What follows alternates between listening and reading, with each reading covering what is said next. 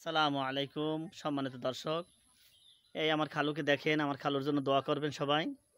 আমার খালু এই এলাকায় একসময় অনেক মানুষের উপকার করত। আমার খালু সে আগে ধনী ছিল একসময়। খালুর গোয়াল ভরা গরু ছিল, সেই সময় রাখাল ছিল আরও 20, 25, 30 বছর আগে। রাখাল রাইখে গরু পালতো, তার অনেক ধানা জমি ছিল, তার ভাতের অভাব ছিল না।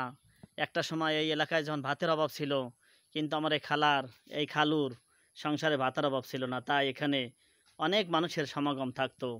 বিশেষ করে আমরা থাকতাম, আমার পরিবারকে অনেক ভালোবাসতো প্রিয় বন্ধুরা।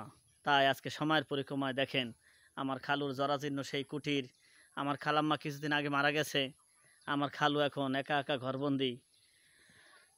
অনেক মানুষ অনেক মন্তব্য করে, কিন্তু আল্লাহই ভালো জানে তার কি হয়েছে, কেন সে ঘর থেকে বের হয় না, কোথাও যায় না, পাঁচজনের সাথে মেলে না, দোকানে একটু চা খেতে যায় না।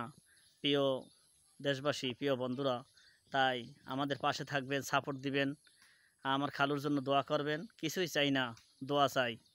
এই বাড়িতে এখন যে মানুষ বসবাস করে এমন আসলে বোঝা যাচ্ছে না। বসবাস না করলে যেরকম হয় একটা পরিবারে, সেরকম আজকে ঘাস উঠে গেছে উঠানে। আজকে চারিদিকে জঙ্গল আর জঙ্গল, বোঝা যায় না যে এখানে একটা মানুষ থাকে, কিন্তু সময়ের পরিক্রমায় আজকে সবই শিকার হয়েছে। প্রিয় বন্ধুরা, তাই দোয়া চাই, আমার খালুর জন্য দোয়া করবেন, আমরাও দোয়া করি। তার অবদান আছে আমাদের প্রতি অনেক। তিনি আমাদেরকে যেভাবে খানা খাওয়াইছেন, যেভাবে আমাদেরকে আহ, রাখছেন, সাপোর্ট দিছেন, একটা সময় যে সময় অভাব ছিল মানুষের ঘরে ঘরে, সেই দিনগুলো আসলে আমি স্মরণ করি। তাই খালুর জন্য দোয়া করি, আল্লাহ যেন তাকে সুস্থতা দান করে, উত্তম সেবা দান করে, আর মৃত্যুর সময় যেন আল্লাহ কালিমা নসিব করে, আল্লাহ যেন তাকে ক্ষমা করে দেন। ধন্যবাদ সবাইকে।